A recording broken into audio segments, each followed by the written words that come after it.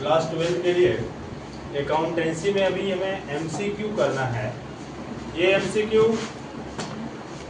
Fundamental of partnership form या basic concept of partnership fundamental, जो Bihar board वाले के लिए एसके सिंह के बुक से एक्सरसाइज 2 होता है, अदरवाइज ये पार्टनरशिप का एक्सरसाइज 1 है।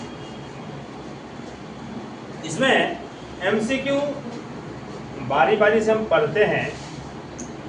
पहला क्वेश्चन है, किसी साझेदार के अभाव, किसी समझौते के अभाव में, बुक सामने रखो, किसी समझौते के अभाव में साझेदारी फॉर्म के लाभ हानि का विभाजन किया जाएगा।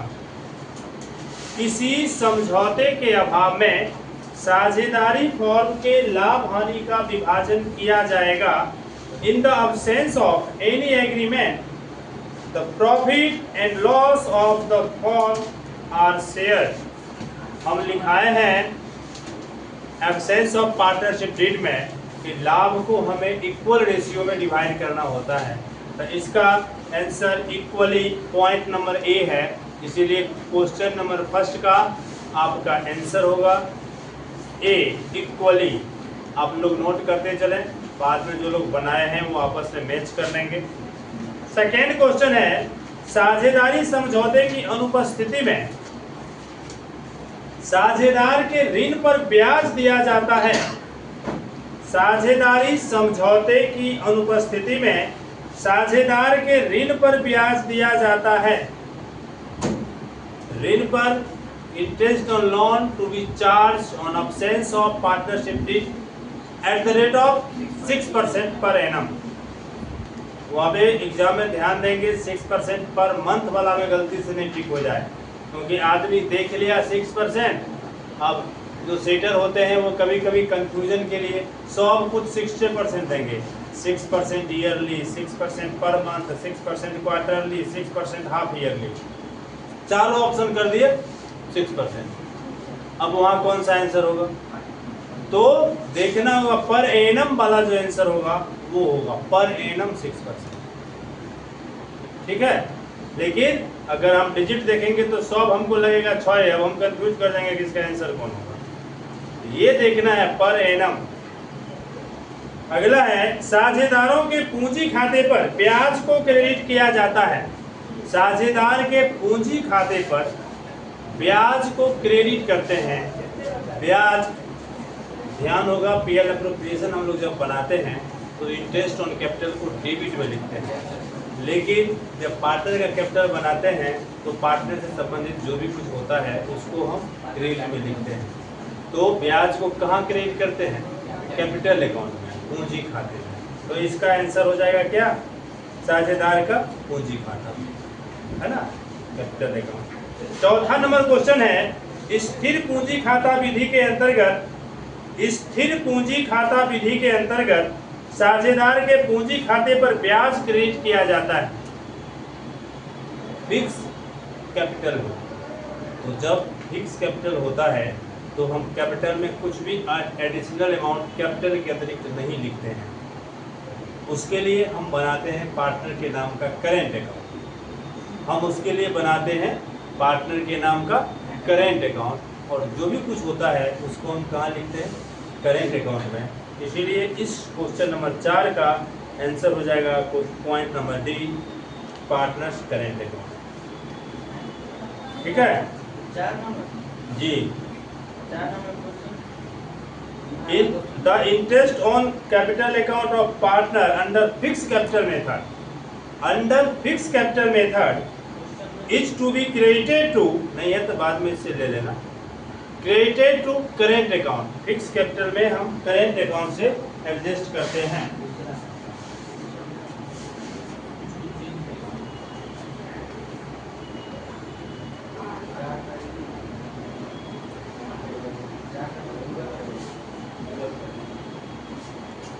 अगला क्वेश्चन नंबर 5 है, एक सामान्य साझेदारी में साझेदारों की अधिकतम संख्या हो सकती है। In an ordinary partnership maximum number of partner can be maximum number of partner can be, यहाँ पे आंसर होगा 50, बाद में ले लेना इसे। अगला है करेंट अकाउंट, कौन सा अकाउंट है? करेंट अकाउंट लीजिए। करेंट अकाउंट किसका बनता है? किसी न किसी पार्टनर का, और पार्टनर क्या होगा? पर्सनल अकाउंट, तो इसका आंसर हो जाएगा पर्सनल अकाउंट। 7 नंबर क्वेश्चन है, साझेदार के पूंजी पर ब्याज की गणना होती है। Interest on partner capital is calculated on, किस पूंजी पर ब्याज लगाते हैं? तो जिस पूंजी से हमने बिजनेस शुरू किया, ओपनिंग कैपिटल, है ना, प्रारंभिक पूंजी, आंसर होगा ओपनिंग कैपिटल। अगला है साझेदारी समझौता हो सकता है। एग्रीमेंट हम लिखाए हैं, लिखित एवं मौखिक दोनों होता है, लेकिन पार्टनरशिप डीड, साझेदारी संलेख क्या होता है? सदैव रिटेन, ऑलवेज रिटेन, सदैव लिखित। तो यहाँ पूछा जा रहा है कि साझेदारी समझौता क्या होता है, एग्रीमेंट क्या होता है? द रिटेन और ओरल दोनों। आगे है, ये एक प्रैक्टिकल टाइप का क्वेश्चन है। W और Q 20 लाख और 16 लाख की पूंजी के साझेदार हैं। साझेदारी संलेख में 10% की ब्याज का प्रावधान है। यदि फॉर्म ने 31 मार्च 2020 को समाप्त वर्ष के लिए 2,70,000 लाभ अर्जित किया तो साझेदार कहीं हवा देख के बैठे, तो साझेदार पूंजी खाते में जमा पूंजी पर ब्याज क्रमशः था 2,70,000 रुपया। यहाँ ध्यान दें, 2,70,000 रुपया।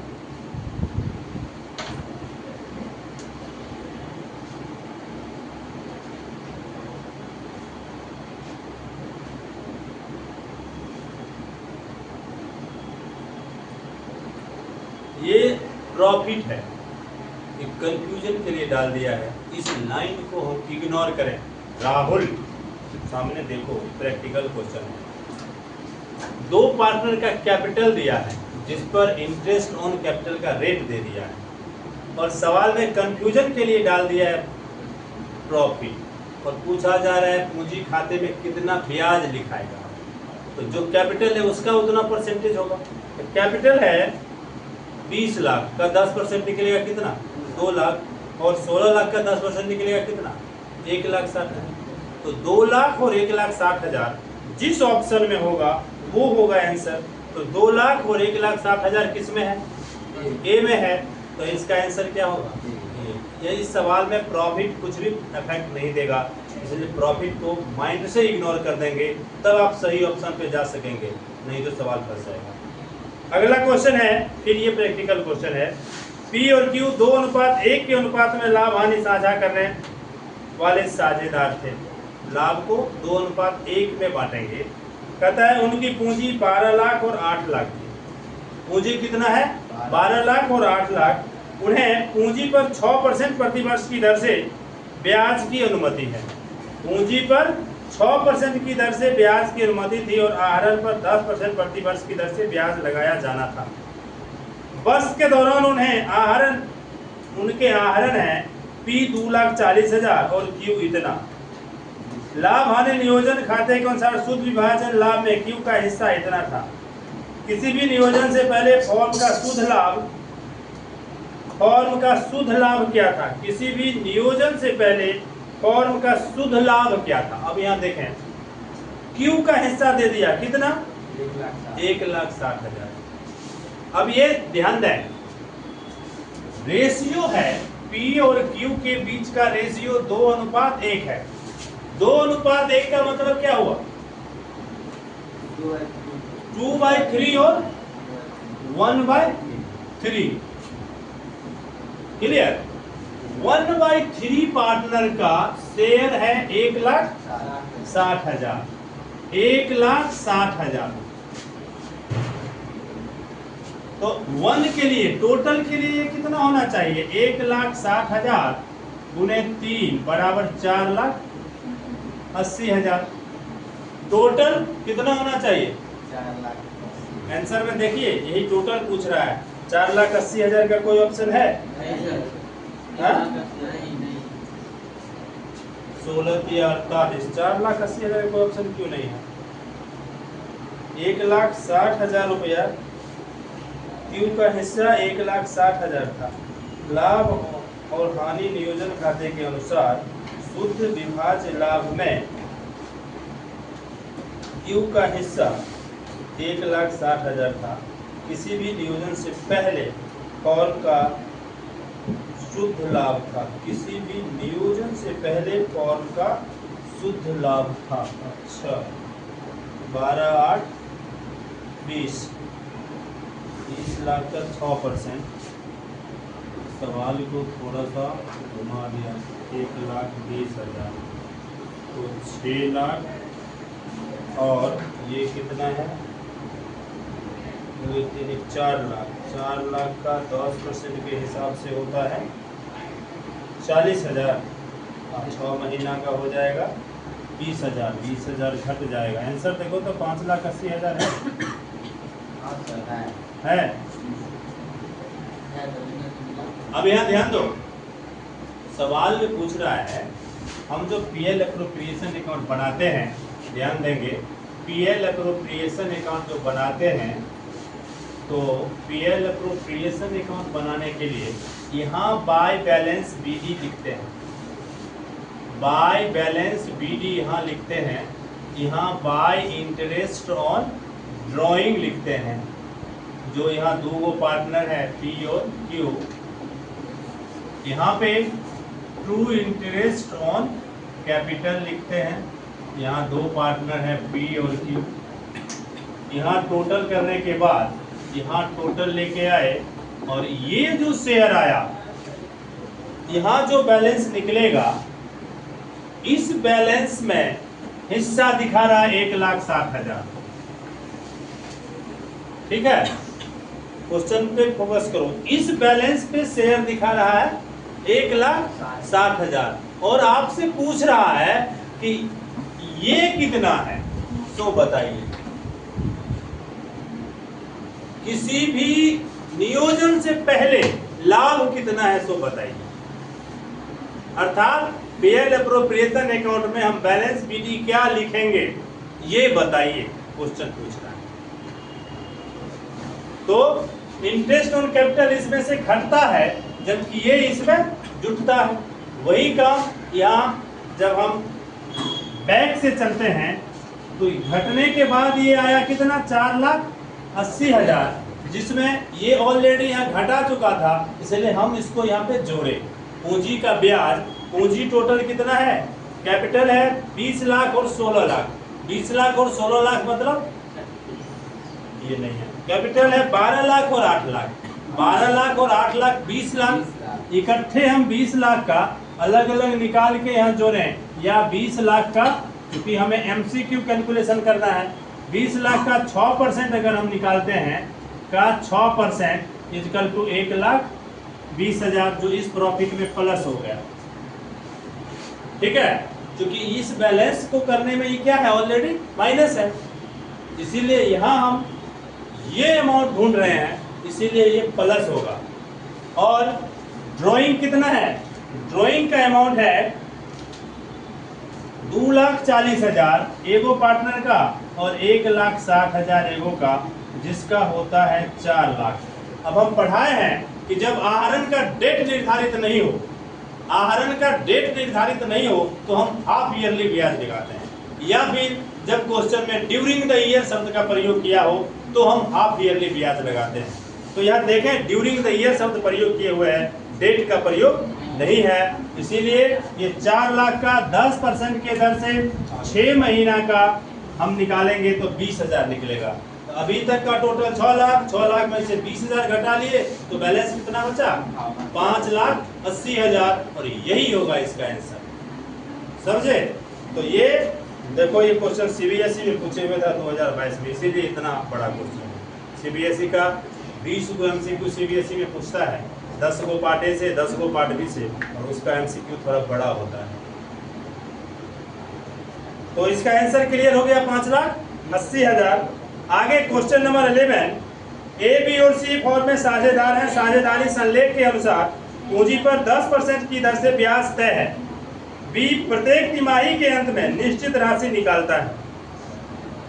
उनके आहरण पर ब्याज 9,000 है। प्रति तिमाही उनके आहरण की राशि थी। ब्याज 9000 है तो आहरण की राशि बताइए। प्रत्येक तिमाही के अंत में निश्चित राशि निकालता है, तिमाही के अंत में निकालता है, तो तिमाही के अंत के लिए क्या फॉर्मूला होगा? तिमाही के अंत में निकालता है तो 4.5 होगा, 4.5/12। देख लें, चेक कर लें फॉर्मूला। तिमाही के अंत में टोटल अमाउंट, कंफ्यूजन नहीं रहे, तिमाही के अंदर 4.5 है ना। अब यहाँ देखें, इंटरेस्ट ऑन ड्रॉइंग दे रखा है कितना? 9000, जबकि इसके लिए हमारा फॉर्मूला क्या होता है? 9000 equal to total amount into rate by 100 into 4.5/12। Rate कितना है? रेट 10% है, अर्थात 9000 इंटू टोटल अमाउंट इंटू 10/100 गुने 4.5/12, या total amount is equal to क्या हो जाएगा? 9000 इंटू 100/10 इंटू 4.5/12। काट के जो निकलेगा वो ऑप्शन होगा। अगला क्वेश्चन, स्थिर पूंजी खाता में किस मद को नहीं दर्शाया जाएगा? स्थिर पूंजी में ध्यान दें, फिक्स कैपिटल के केस में कैपिटल अकाउंट में क्या लिखते हैं?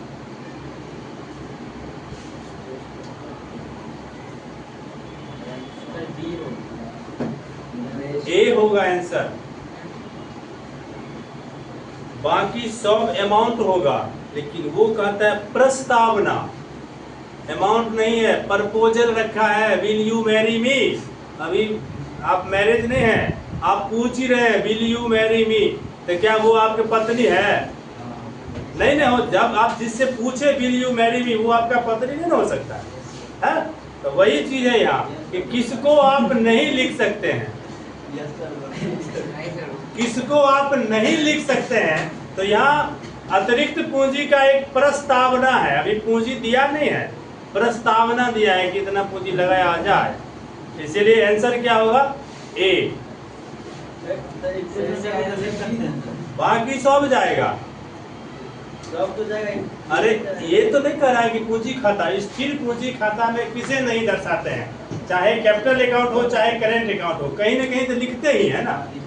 लेकिन प्रस्तावना को लिखेंगे, प्रस्तावना है जो ये काम किया जाए कि नहीं किया जाए, वो कहीं नहीं लिखाएगा। इसीलिए इसका आंसर क्या होगा? ए। 13 नंबर में है, साझेदार के पूंजी खाते के प्रारंभिक शेष को क्रेडिट किया जाता है। पूंजी खाते के प्रारंभिक शेष को कैपिटल अकाउंट में क्रेडिट करते हैं, इसका आंसर कहाँ होगा? पूंजी खाते के प्रारंभिक शेष को क्रेडिट किया जाता है। इसका भी यही होगा, ए ही होगा, इंटरेस्ट ऑन कैपिटल। अगला है, जब आहरण का समय न दिया हो, अभी अभी चर्चा किए, इस सवाल को कर रहे थे तब। जब आहरण का समय नहीं हो तो 6/12 लगाते हैं, 5 मिनट हुआ। उसके बाद इसमें क्या लग जाएगा? 6 माह के लिए पॉइंट नंबर बी होगा आंसर। 15 लाभ हानि समायोजन खाता कौन सा खाता है? शॉर्ट में देखें, कुछ एक्सेप्शन को अगर छोड़ दें, ध्यान दो, एक बार में बहुत सारा ऑब्जेक्टिव माइंड में हो जाएगा। कुछ एक्सेप्शन को छोड़ दें तो पार्ट ए में रिसीप्ट एंड पेमेंट अकाउंट को छोड़ के बाकी जितना अकाउंट है सब नॉमिनल अकाउंट। कुछ एक्सेप्शन को छोड़ के, अब जैसे पार्टनर का अकाउंट बना तो पार्टनर तो खुद पर्सनल है, व्यक्ति का नाम होता है, कोई ना कोई पार्टनर कोई ना कोई व्यक्ति होगा, तो वहाँ पे पार्टनर का अकाउंट चाहे वो कैपिटल अकाउंट हो चाहे वो करेंट अकाउंट हो, वो हो जाएगा आपका पर्सनल अकाउंट। क्या नहीं, तो सिर्फ रिसिप्ट एंड पेमेंट अकाउंट एक रियल अकाउंट है। बाद बाकी आपके पार्ट ए में, अकाउंट के पार्ट ए में जितना भी चीज यूज हुआ है सभी नॉमिनल अकाउंट है। कहीं रट के आवश्यकता नहीं है याद करना, माइंड में सेट करना है कि रिसिप्ट एंड पेमेंट अकाउंट हो गया रियल अकाउंट, और पार्टनर का चाहे कैपिटल हो चाहे करेंट हो, ये हो गया पर्सनल अकाउंट। इसके अतिरिक्त अब जो बच गया सब nominal account, revaluation account, realisation account, क्या होगा सब नॉमिनल अकाउंट। आगे कौन साझेदारी की विशेषता नहीं है? साझेदारी की विशेषता नहीं है ये आपको देना है। तो साझेदारी में क्या है? असीमित दायित्व होता है। यहाँ आंसर में है सीमित दायित्व, पॉइंट नंबर सी में, तो ये होगा इसका आंसर। अगला है साझेदारी समझौते के अभाव में साझेदार को पूंजी पर ब्याज दिया जाएगा। अभाव में पूंजी पर कोई भी ब्याज नहीं लगेगा, हम लिखवाए हुए हैं no interest to be paid on interest on capital in the absence of partnership deed, है ना। जब पार्टनरशिप डीड का अभाव हो तो कोई भी ब्याज नहीं देंगे, ठीक है। तो इसका आंसर क्या होगा? कोई ब्याज नहीं, यानी पॉइंट नंबर सी क्या होगा? कोई बात नहीं। अगला साझेदार का फॉर्म से संबंध होता है स्वामी एवं एजेंट का। साझेदार का फॉर्म से संबंध होता है स्वामी एवं एजेंट का। अगला लिखित साझेदारी अनुबंध कहलाता है। अभी भी बताएं पार्टनरशिप डीड क्या होता है? Always return. लिखित साझेदारी अनुबंध क्या कहलाएगा? पार्टनरशिप डीड साझेदारी संलेख, इसका वही आंसर होगा। क्या कंपलसरी लिखित साझेदारी अनुबंध बनाना है। हाँ, ऐच्छिक मन है तो लिखित रखो, मन है तो मतलब नहीं रखो। लिखित एवं मौखिक दोनों होता है, वही तो बोल रहे हैं ऐच्छिक, वही हम भी बोल रहे हैं, पॉइंट नंबर बी वॉलेंट्री। अगला लाभ हानि नियोजन खाता बनाया जाता है। पॉइंट नंबर सी प्रॉफिट, कौन सा प्रॉफिट हम बांटे वो ध्यान में ला, वो मतलब कैलकुलेट करने के लिए। तो पॉइंट नंबर सी। अगला है कंपनी नियम 10/2014 के अनुसार साझेदारी संस्था में सदस्यों की अधिकतम संख्या होती है। Answer A 50। अभी इससे पहले भी एक क्वेश्चन था, नहीं भाई ए, इसमें ए है 50 ए में दे रहे हैं। साझेदार की पूंजी स्थायी होने पर कौन से खाते खोले जाते हैं? इससे पीछे भी था करेंट अकाउंट। एक साझेदार में फॉर्म की अधिकतम संख्या होती है, इससे पहले भी था 50, ठीक है। और ये 24, 25 और 26 ये आप लोग खुद सॉल्व करके निकालें तो बेहतर रहेगा। इसको हम छोड़ते हैं, सॉल्व खुद करेंगे, बस इसको काट लो। प्रॉफिट से कोई मतलब है